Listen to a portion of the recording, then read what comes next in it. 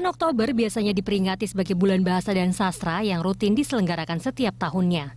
Dalam memaknai diselenggarakannya bulan bahasa dan sastra, banyak hal yang dapat kita lakukan, salah satunya yaitu membangun budaya literasi membaca. Dapat dikatakan bahwa sampai saat ini, budaya literasi di Indonesia masih sangat rendah. Karena itu, perlu adanya kesadaran dari diri sendiri, serta lembaga, instansi, pemerintah hingga media yang memiliki peran untuk membangun budaya literasi membaca. Pesatnya perkembangan zaman disertai dengan majunya teknologi dapat memudahkan gerakan literasi membaca. Tidak harus menggunakan buku berbentuk fisik karena saat ini sudah banyak buku berbentuk e-book yang bisa menjadi pilihan. Untuk meningkatkan minat baca, Kemendikbud membuat kampung literasi di sejumlah wilayah serta melibatkan pemuda dan tokoh masyarakat untuk meningkatkan minat baca masyarakat. Diharapkan dengan adanya kampung literasi, masyarakat kembali membangun minat membaca agar mendapatkan pengetahuan yang semakin luas. Ya, pemirsa, budaya literasi Indonesia masih rendah. Apakah karena digitalisasi menggerus minat baca masyarakat? Untuk membahasnya kita bergabung bersama dua narasumber kita siang ini. Yang pertama, Direktur Pendidikan Masyarakat dan Pendidikan Khusus Kemendikbud, Pak Samto, dan juga Haifa Inayah selaku pegiat literasi. Selamat siang Pak Samto, Mbak Haifa. Selamat siang. Ya. Baik, Pak Samto dan juga Mbak Haifa, ini kalau soal literasi membaca sudah cukup sering kita mendengar berbagai riset yang dilakukan sejumlah lembaga terkait dengan minat baca masyarakat Indonesia ini yang begitu rendah. Salah satunya data UNESCO yang mengatakan minat baca masyarakat Indonesia itu hanya 0,001%. Saya mau tanya ke Pak Samto dulu. Pak Samto, sebenarnya apa yang menjadikan tolak ukur dalam literasi membaca masyarakat? Jadi begini, literasi membaca masyarakat ini kalau ukurnya cukup kompleks ya sebetulnya. Jadi ketika ada lembaga yang mengadakan survei, itu kadang-kadang kalau ukurnya bermacam-macam. Nah, ini yang kita gunakan dalam literasi ini adalah kemampuan membaca atau budaya baca tiap orang berapa buku gitu. Jadi ini yang dijadikan tolak ukur. Nah, sedangkan kegiatan membaca sendiri tidak selalu dalam bentuk membaca buku, gitu ya. Ini yang sekarang sudah berkembang ya. Tadi sudah disebut ada literasi digital, kemudian perpustakaan-perpustakaan digital yang sudah banyak sekali di masyarakat. Nah, ketika UNESCO mengadakan suatu survei tentang Indonesia berada di peringkat 60 dari 61 negara. Itu hanya dilihat dari sisi kemampuan membaca bahan bacaan itu. Tetapi kan orang Indonesia membacanya kan tidak hanya dalam buku. Iya. Ya, ini yang harus disadari bersama. Karena itu kita tetap berdasarkan itu kita apresiasi, kemudian kita tingkatkan budaya baca masyarakat, kemudian kita adakan kampung literasi, juga perpustakaan desa, kemudian taman bacaan masyarakat yang terus kita kembangkan agar budaya baca masyarakat meningkat. Sebetulnya keinginan membaca itu cukup besar. Yang kurang itu justru bahan bacaan yang sampai ke masyarakat. Ini yang menjadi concern kita, sehingga kita adakan berbagai kegiatan termasuk donasi buku yang kita sampaikan kepada kelompok-kelompok masyarakat, kelompok-kelompok perpustakaan masyarakat, taman bacaan masyarakat, perpustakaan sekolah yang terus kita bina agar ada bahan bacaan bagi masyarakat. Itu yang perlu kita perhatikan. Baik, jadi sebenarnya bukan minat bacanya yang tidak ada, namun akses ke bahan bacaan yang berkualitas ya Pak. Baik. Ya, betul. Saya ingin tanyakan ke Mbak Haifa sebagai pegiat literasi, seperti apa Mbak Anda melihat mungkin tantangan atau kesulitan dari masyarakat untuk mengakses bahan bacaan yang berkualitas?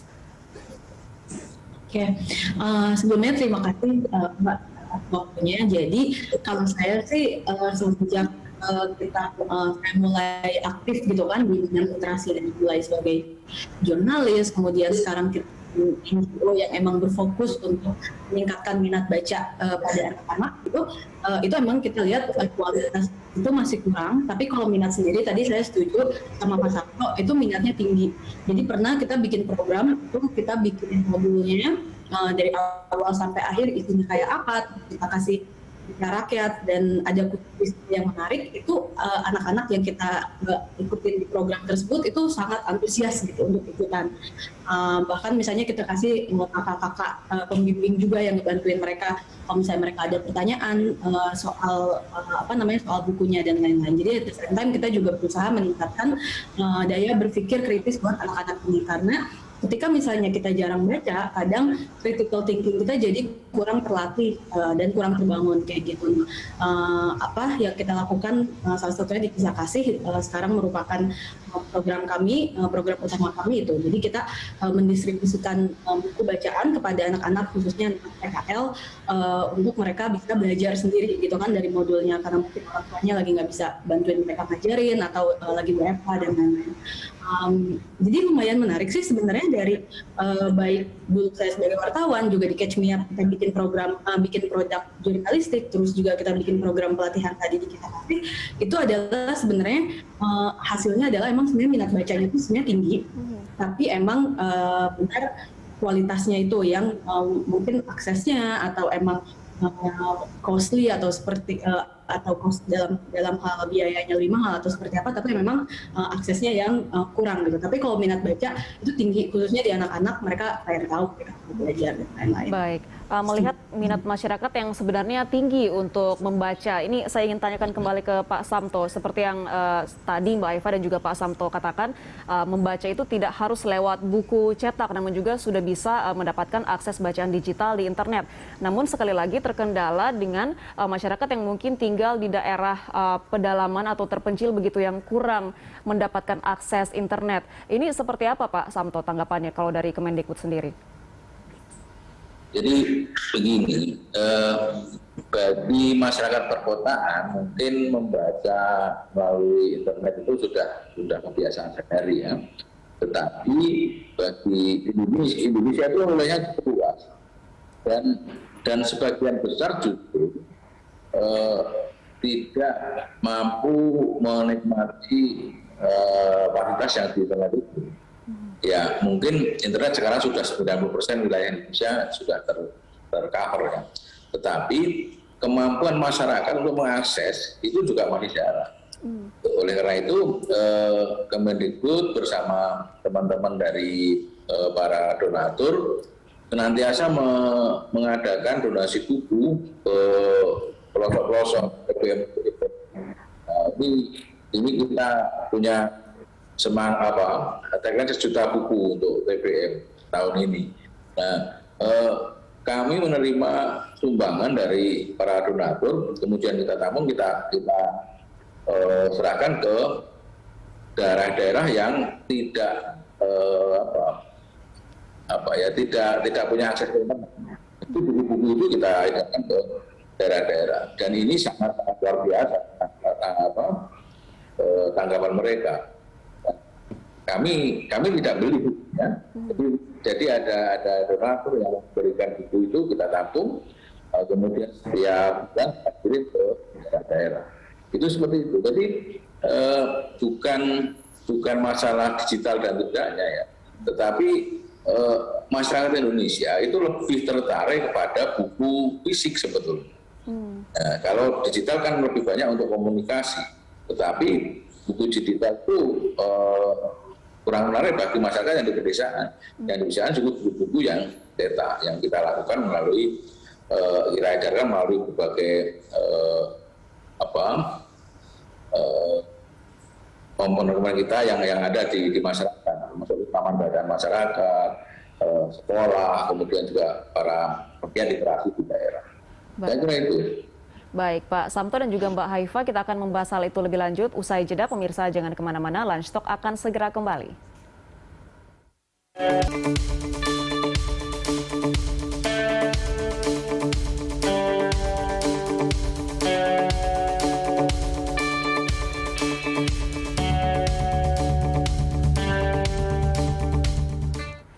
Ya, kita lanjutkan dialog kita siang ini masih bersama dengan Pak Samto selaku Direktur Pendidikan Masyarakat dan Pendidikan khusus Kemendikbud dan juga Mbak Haifa Inaya selaku pegiat literasi. Sebelumnya saya ingin tanyakan ke Pak Samto terlebih dahulu. Pak Samto, di segmen sebelumnya Anda sudah menjelaskan berbagai program yang dilakukan oleh Kemendikbud untuk menyalurkan bahan-bahan bacaan dan juga membangun niat atau gerakan literasi kepada masyarakat. Nah, salah satu program dari Kemendikbud yaitu Kampung Literasi, sejauh ini sudah seperti apa berjalannya dan tanggapan dari masyarakat sendiri seperti apa, Pak? Jadi kampung literasi itu kita desain untuk menggerakkan minat baca di masyarakat sebelumnya. Jadi ini biasanya sudah ada semacam perpustakaan desa atau taman badan masyarakat yang ada di situ. Kemudian itu kita kembangkan bahwa taman bacaan itu bukan hanya dicari lomba, tapi harus meliputi seluruh kampung. Jadi agar seluruh desa itu memiliki budaya baca. Ini sudah kita lakukan sejak tahun 2016 ya. Kita bangun beberapa kampung literasi ya. Kita sekarang mungkin juga 300 dan ini sangat dirasakan masyarakat bahwa kampung literasi itu memang betul-betul menghadirkan berbagai bahan bacaan, termasuk kegiatan-kegiatan yang mempraktekkan hasil bacaannya. Jadi bukan hanya membaca, tapi juga mempraktekkan hasil bacaan. Ini yang kita lakukan di kampung literasi. Jadi bukan hanya sekedar menyediakan buku itu orang-orang membaca, tapi juga ada aktivitas berdasarkan hasil bahan bacaan yang dibaca. Baik, artinya kesimpulan yang bisa saya tangkap adalah minat berbaca ini berbanding lurus dengan kemampuan masyarakat membaca atau memahami informasi dari bacaan itu sendiri ya Pak. Nah, dan dengan adanya program Kampung Literasi ini, apakah sudah juga dilakukan survei, sudah seberapa meningkatnya minat atau literasi dari masyarakat sejak dilakukannya program itu? Ya. Jadi gini, kalau kami kan tidak melakukan survei ya, survei ada di Balitbank melalui ahli baca itu. Ternyata memang ada peningkatan yang cukup signifikan dari program-program kampung literasi dan literasi buku ini.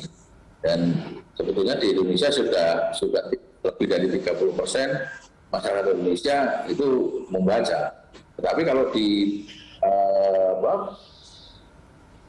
surveinya World Bank itu kan cuma 0,01 kan, iya. Sebetulnya lebih besar dari ini yang kita lakukan adalah bagaimana masyarakat memperoleh bahan bacaan, kemudian bagaimana mereka bisa memanfaatkan bahan bacaan itu untuk meningkatkan kehidupan sehari-hari. Jadi bukan hanya sekedar membaca, tetapi lebih pada menerapkan apa yang dibaca itu dalam kehidupan sehari-hari. Baik, saya ingin tanya ke Mbak Haifa. Mbak Haifa, kalau kita bicara mengenai minat baca yang tergerus dari digitalisasi ini, banyak opini yang berkembang yang mengatakan bahwa literasi membaca ini menjadi berkurang dikarenakan kebiasaan baru masyarakat, yaitu lebih suka mengisi waktu luangnya dengan bermain atau mengecek media sosial sehingga menjadikan minat membaca buku itu turun. Kalau Anda sendiri melihatnya seperti apa? Ya, itu sebenarnya memang sudah tidak bisa dipungkiri sih bahwa dengan semakin mudahnya kita mengakses digital gitu kan, apakah itu mau social media atau browsing internet gitu, of course kita baca bukunya mungkin jadi lebih jarang gitu. Kita lebih sering mengkonsumsi berita atau informasi itu dari digital atau social media. Menurut saya itu bukan berarti langsung berkonotasi negatif gitu. Oh, orang jadi nggak baca buku, sekarang bacanya jadi via digital gitu. Doesn't mean itu kayak mengurangi kualitas dari apa yang kita baca gitu. Karena biasanya anak anak muda sekarang tuh misalnya mereka punya Kindle. Kindle itu kan mereka cuma mindahin dari buku fisik ke dalam bentuk digital kayak gitu. Dalam hal kualitas, dalam hal konten nggak ada yang berubah. Mungkin yang perlu jadi perhatian di sini adalah gimana caranya membuat membaca itu mereka bisa mencari bahan bacaan di digital yang emang berkualitas, yang emang terhindar dari hoax atau yang emang udah di fact check gitu. Karena yang jadi challenge dalam mengkonsumsi bacaan via digital ini adalah betapa mudahnya orang untuk bikin tulisan yang belum terverifikasi misalnya, atau sumbernya masih belum jelas. Nah itu yang mungkin kalau misalnya di buku itu kan kita risetnya banyak gitu kan, karena namanya untuk naik cetak itu harus memenuhi standar tertentu. Masalahnya di digital nggak seperti itu, terutama di sosial media. Apakah itu Facebook, apakah itu di Twitter, di Instagram, itu mudah sekali gitu kan bahan-bahan bacaan muncul tanpa bisa kita verifikasi kebenarannya atau tanpa kita bisa fact checking sendiri kayak gitu. Nah jadi mungkin PR buat buat masyarakat atau mungkin buat pemerintah juga adalah memastikan edukasi literasi masyarakat itu sudah terbangun gitu. Mereka tahu nih, oh gimana sih caranya mencari berita yang emang atau mencari bahan bacaan yang memang bagus, yang emang akurat, yang emang tidak menyebarkan kebencian atau tidak menyebarkan berita yang salah kayak gitu. Nah itu menurut saya itu PR-nya ada di sistem edukasi kita, di pemerintah kita gitu, dalam memastikan biar dari mulai anak kecil sampai orang dewasa itu bisa membangun pemikiran kritis mereka, biar ketika mereka terekspos ke bahan bacaan tertentu mereka nggak langsung percaya gitu, tapi mereka bisa meng-fact check sendiri atau memastikan bahwa apa yang mereka konsumsi itu memang sesuai dengan faktanya di lapangan kayak gitu sih. Baik, artinya kita kembali lagi ke ketersediaan akses bahan bacaan yang berkualitas itu. Saya ingin tanyakan ke Pak Samto. Pak Samto, kalau upaya dari Kemendikbud sendiri untuk integrasi perpustakaan di setiap tingkatan daerah seperti apa, Pak? Jadi gini, ke perpustakaan itu sudah terintegrasi dari pusat sampai ke desa ya.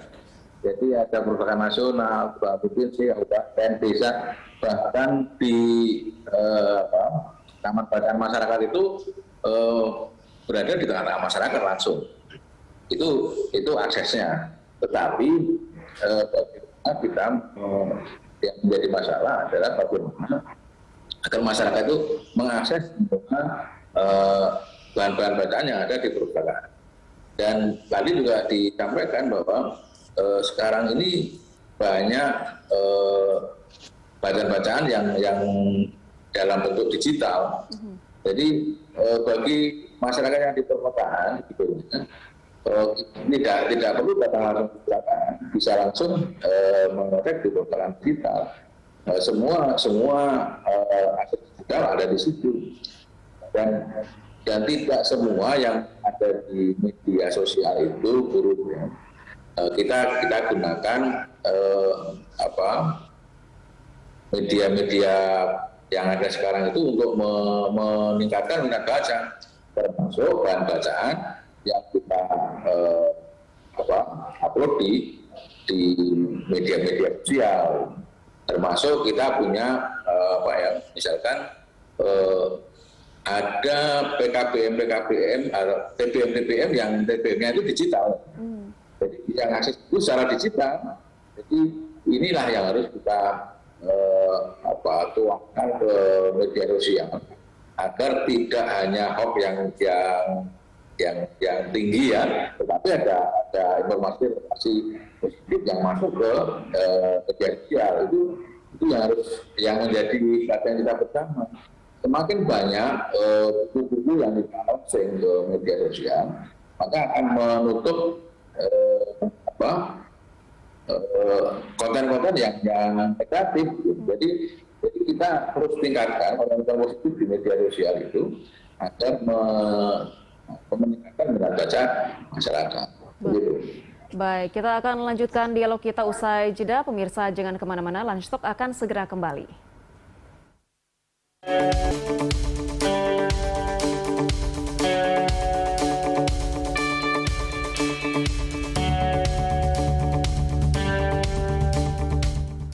Terima terima kasih Anda masih bersama kami. Kita lanjutkan dialog kita bersama dengan Pak Samto selaku Direktur Pendidikan Masyarakat dan Pendidikan Khusus Kemendikbud dan Mbak Haifa Inayah selaku pegiat literasi. Saya ingin tanyakan ke Mbak Haifa Inayah dulu. Mbak, di segmen-segmen sebelumnya ini kita sudah membahas berbagai cara atau penyebab kenapa literasi di masyarakat itu kurang, walaupun sebenarnya minat membaca masyarakat itu ada. Nah, kalau kita lihat saat ini di era digitalisasi sudah semakin banyak platform-platform yang berisi bahan bacaan berkualitas, termasuk mungkin yang sedang Anda lakukan saat ini adalah layanan newsletter. Nah, ini seperti apa respon dari masyarakat dan apakah memang masyarakat harus direspon dengan atau dipancing dengan bahan bacaan yang seperti ini untuk menumbuhkan minat baca yang semakin tinggi? Ya, itu sebenarnya menarik sih buat kita di Catch Me Up, karena kan sebenarnya Catch Me Up ini model newsletter pertama ya, mungkin di Indonesia kita yang baru pertama kali bikin kayak gitu.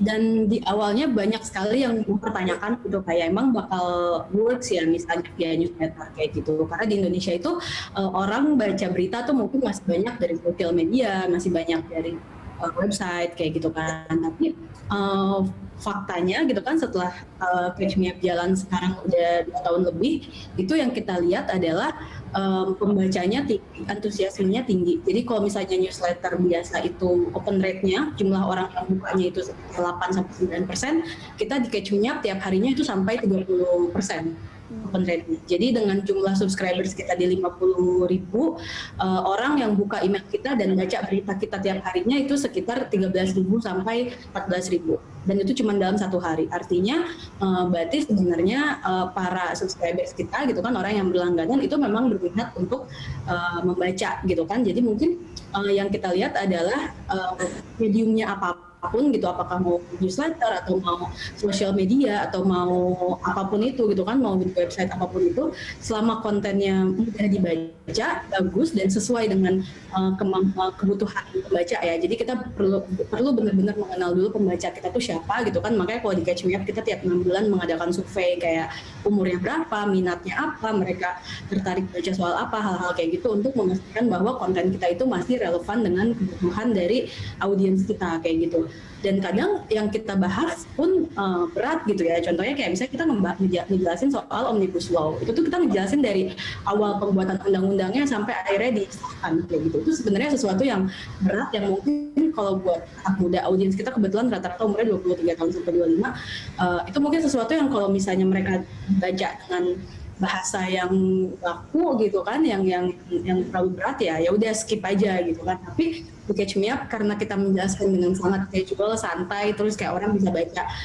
kapan aja gitu kan. Karena kalau newsletter kan mereka tinggal buka inbox, itu tinggi juga kok peminatnya, itu banyak juga yang mau baca itu. Berarti sebenarnya bukan anak-anak yang nggak mau baca, bukan generasi kita yang nggak mau baca, tapi ketika misalnya kita bikin konten yang relevan dan dipahami dan emang relatable gitu, sesuai buat audiens, buat para pembaca kita, mereka juga bakal tertarik untuk tahu kayak gitu. Ya kayak kita di Catch Me Up, kita sering banget nulis isu-isu yang rumit gitu, kayak kemarin isu di Myanmar gitu, kita rangkum dalam kejadian 6 bulan, kita rangkum dalam 1 newsletter gitu, tapi justru hitsnya tinggi banget gitu, pembacanya tinggi banget kayak gitu. Jadi ya emang itu PR kita sebagai penggiat literasi, sebagai penulis atau sebagai jurnalis untuk membuat konten yang nggak cuma ngejar clickbait atau ngejar hits gitu, tapi juga memastikan kualitasnya terjaga seperti itu. Baik, itu mungkin bisa menjadi masukan ya bagi kita semua terkait dengan bagaimana kesadaran diri kita menumbuhkan minat baca, dan juga mungkin bagi pemerintah untuk bagaimana mengedukasi masyarakat, khususnya anak sekolah, untuk bisa mempunyai literasi digital yang baik agar bisa mengakses konten yang berkualitas lewat media digital. Tanggapan dari Anda Pak Samto seperti apa? Jadi memang literasi digital zaman sekarang itu harus disesuaikan dengan bukan literasi semuanya, harus disesuaikan dengan minat dan kondisi audiens. Seperti tadi Mbak Eva sampaikan, kalau audiensnya remaja ya harus kita dengan bahasa gaul, dengan bahasa remaja. Itu yang harus kita lakukan. Tetapi apabila audiensnya petani, ya, maka ya kita dengan bahasa petani. Maka perpustakaan atau kegiatan literasi di desa-desa itu itu sangat sangat bervariasi tergantung audiennya. Jadi ini sangat terbuka bagi kita semua untuk mengembangkan literasi di Indonesia itu sesuai dengan minat dan atensi dari masyarakatnya. Jadi kita tidak bisa, walaupun ini ya contohnya, di Kemdikbud itu selalu mendapat sumbangan buku dari para penerbit. Itu selalu kita pilah, ini cocok dikirim kemana, ini cocok itu. Jadi tidak semua orang kita kasih bacaan yang sama. Ini sesuai dengan minat dari anggotanya di situ. Jadi sangat terdegradasi dari minat, dari kondisi keseharian mereka. Bagi para pelajar mungkin dengan literasi digital lebih gampang. Tapi bagi para petani, bagi para orang di kampung itu harus baca, tidak bisa baca dalam bentuk buku, tidak bisa dalam bentuk digital. Nah, karena Indonesia itu memang masih sangat bervariasi. Ada yang sudah maju sekali, ya masih sangat memerlukan dukungan buku-buku fisik gitu.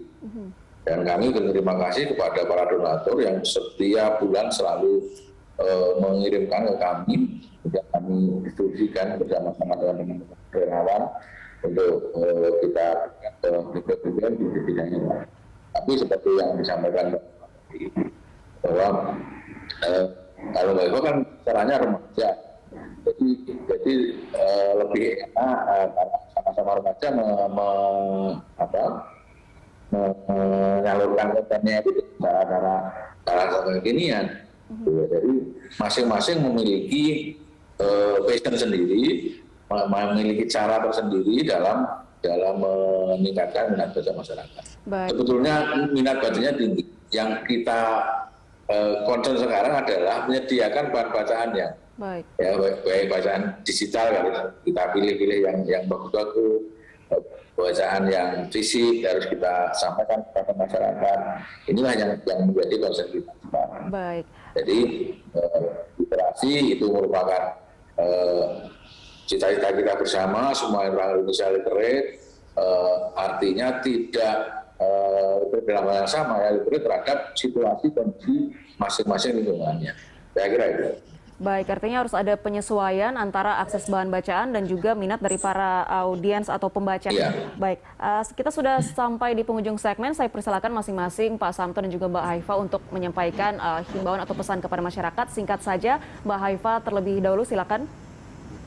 Oke, kalau dari saya sih penting banget untuk memahami bacaan, tidak hanya memastikan bahwa kualitasnya bagus, tapi bagaimana juga memastikan bahwa ketika kita mengkonsumsi bacaan itu kita juga selalu bisa mengkritisi, mempertanyakan, atau pokoknya kontennya itu kita nggak langsung kita percaya kayak gitu. Bacaan apapun, baik itu dalam bentuk buku, baik itu dalam bentuk digital, baik itu dalam bentuk postingan media sosial, karena sebenarnya yang paling penting buat terkait ya penelitian UNESCO tadi, oke, itu menarik, minat bacanya rendah dan lain-lain, tapi juga selain minat baca rendah, buat orang-orang yang juga udah baca atau yang punya akses untuk membaca, memastikan bagaimana mereka bisa memproses informasi dengan baik, itu juga sama pentingnya, karena apa yang kita baca itu yang akan menentukan bagaimana kita membuat keputusan atau menjalani kehidupan sehari-hari kayak gitu. Itu sangat terpengaruh dengan apa yang kita baca.